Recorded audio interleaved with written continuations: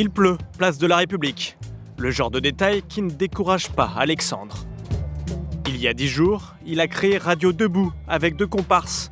Depuis, ils sont une petite dizaine à se retrouver chaque après-midi. Prenez un banc avec nous. Bah ouais. Prenons le même banc. Les bancs, on peut les utiliser, il faut tendre des bâches. On n'a pas le droit de mettre 2 tables. Ah. Ni de chaises. Ni de chaises. Ah bon, ni de chaises? Non. Bon bah on va se débrouiller. Le jour même à l'aube, la place a été démantelée par les forces de l'ordre. Il faut tout reconstruire. Tout a disparu, donc il faut retrouver des palettes, il faut retrouver des chaises, il faut réinventer un système. Et là, on est là-dessus, en ce moment. Quoi qu'il arrive, on va émettre quelque chose. S'il faut finir au iPhone, on va finir au iPhone, mais on va émettre quelque chose. L'assemblée générale de 18h commence. Radio Debout prend l'antenne au téléphone. Il faut interpeller les journalistes, c'est incroyable. Moi, je suis sidérée de voir comment soit ils parlent peu, soit ils montrent que les casseurs, et ils ne disent pas exactement qu'est-ce qui se passe ici. Radio Debout, mais aussi Télé Debout. Bonsoir et bienvenue sur le live de TV Debout. Très peu de moyens, mais beaucoup de volonté. Alors surtout ne zappez pas, ou ne cliquez pas plutôt. Derrière, le plus souvent, des professionnels des médias, des intermittents au statut précaire, mais aussi des amateurs. La web télé fait appel à des contributeurs de Periscope, l'application qui permet de diffuser ce que l'on filme en direct. Est-ce que vous avez des choses à dire en direct sur Periscope? Non? Ok. Perche, oreillette, batterie longue durée, Romain est devenu un pro. À ce moment précis, plus de 11 000 personnes le regardent.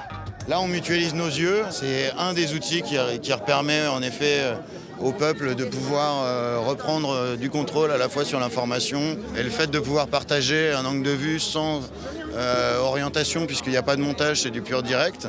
Et bah, du coup, tout simplement, on le couvre comme n'importe qui, puisqu'on est n'importe qui.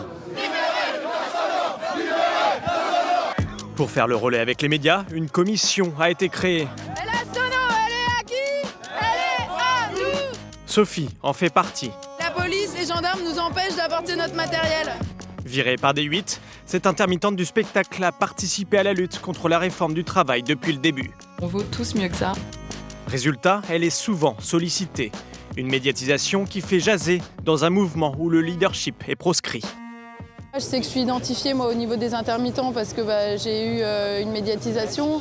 Donc ça me dessert un petit peu au sein du mouvement. Il y a des gens qui pensent que je voudrais m'accaparer des choses, ce qui est totalement faux.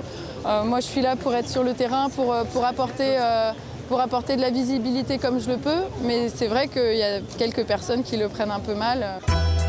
Que pèse réellement ce mouvement? C'est la question que se posent les journalistes. Si certains se montrent sceptiques, le tour de force de la nuit debout est de babiller sans lassitude apparente dans un entre-soi très bien huilé. Très vite, ces indignés d'un nouveau genre attisent la curiosité.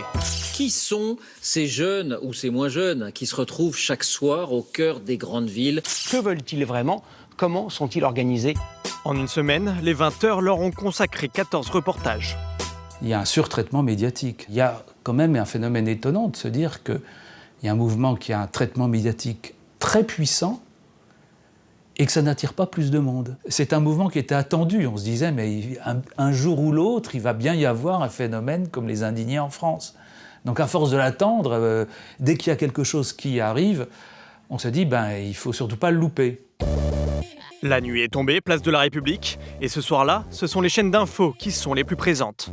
La question qui se pose désormais, c'est que va devenir ce mouvement? Va-t-il devenir un mouvement politique, organisé, structuré, ou va-t-il s'essouffler, tout simplement?